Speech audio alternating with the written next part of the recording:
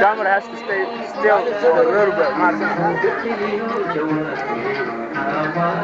Those people that know about cameras, they know about cameras. Last time I recorded the homies over here. They had a long debate. Where you took the pictures, huh? Yeah, that's my sitting at it. My cute. Nobody can see me. Fucking never imagined. Big balls.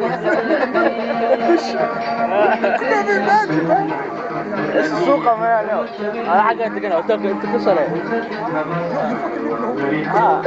I've been living in a hotel for 6 months.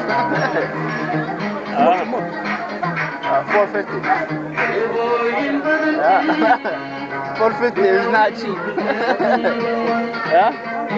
I get a house amongst the dirt. When you come outside, it's dirt, man. Inside what? Inside clean white, you get everything. Every day they clean. Yeah, man, walk outside. I said, watch your. I'm gonna put the shit. Better. The scene.